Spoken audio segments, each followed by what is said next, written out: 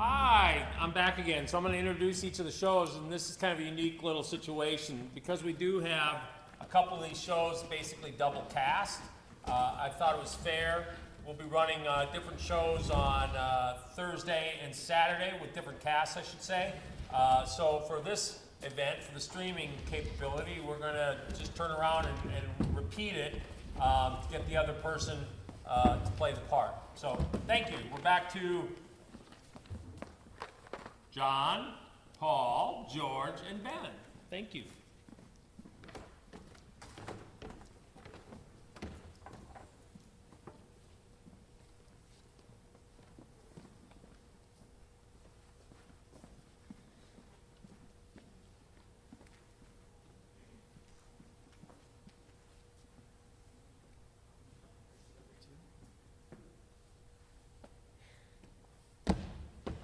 Once there were four lads.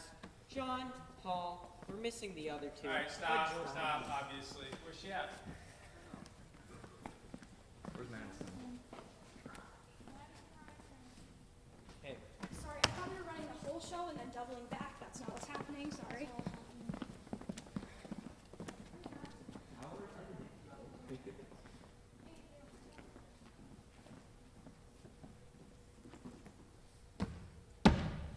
Once there were four lads. John, Paul, George, and Ben. Actually, there were five lads. There was also independent Tom, always off doing his own thing. John was a bold one. At the start of every school year, the students were asked to write their names on the chalkboard. And every year it was the same story. John, you have lovely penmanship. John, your confidence, it's refreshing, really. But John, come on, we don't need to read it from space.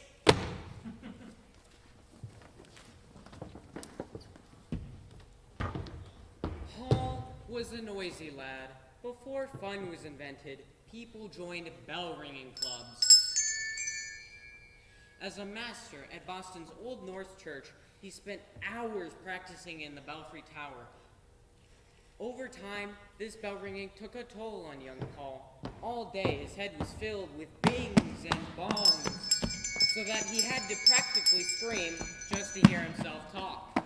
Now that's fine around the belfry, but not at work. Extra large underwear? Sure, we have some. Let me look. Large, large, extra large. Here they are, your great big extra large underwear. Paul was like a bullhorn in a china shop. Your wig? Yeah, it's coming. And the pink breeches are coming. And the polka dot shirts are coming. It took many years and a midnight ride for people to finally appreciate his special talent. The red coats are coming. The red coats are coming. All except that big underwear lady. She was still mad. George was an honest lad. One day, he took his shiny new hatchet and chopped down his family's cherry tree. When his father discovered the tree, he said, "Son, do you know who chopped down this beautiful cherry tree?" I cannot tell a lie. 'Twas I who chopped down the cherry tree. "Then run into my arms, dearest son, for you have paid for it 1,000-fold with your honesty." Really?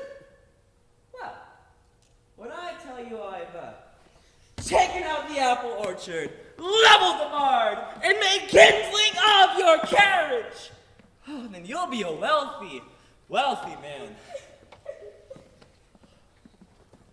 Ben was a clever lad. Not only did he have a saying for every situation, he generously shared it with anyone, anywhere, at any time. Fish and visitors stink in 3 days. He considered it his duty to offer frequent, free advice. The sleeping fox catches no poultry. If your head is wax, don't walk in the sun. Those and quarrels must often wipe a bloody nose.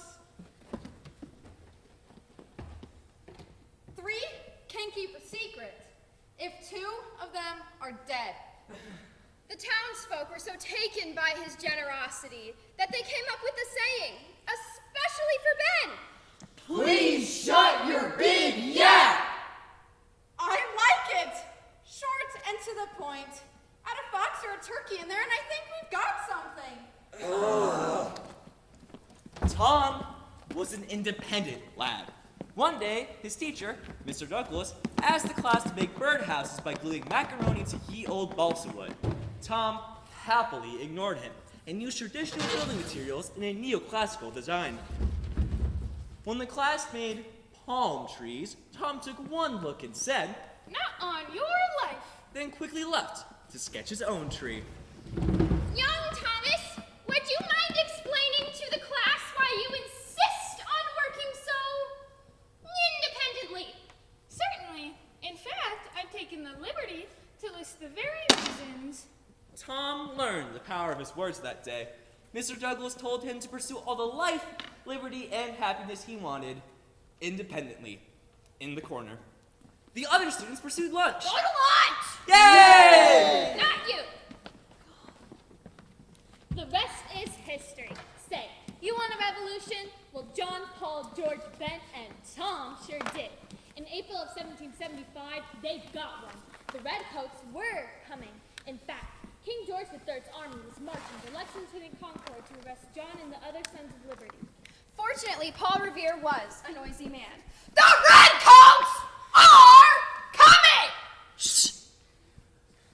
After his midnight ride, every Minuteman, woman, or child knew who was coming and what they'd be wearing. It was the start of the Revolutionary War. The Americans needed to formally state their independence from the king. Who better than Thomas Jefferson, an independent man, to write the Declaration of Independence? Simply signing such a document was treasonous. Ben, a clever man, said it best. We must all hang together, or we shall hang separately. Well, they think twice about signing his name. Not John Hancock, a bold man. And he was the first to scribble his autograph, and oh man, just look at the size of that John Hancock. The war was won thanks to General Washington. Everyone thought he would make a great king for the new United States of America. But George Washington was an honest man. The last thing we need is another King George. President George, however, has a nice ring to it. America! Land of the free.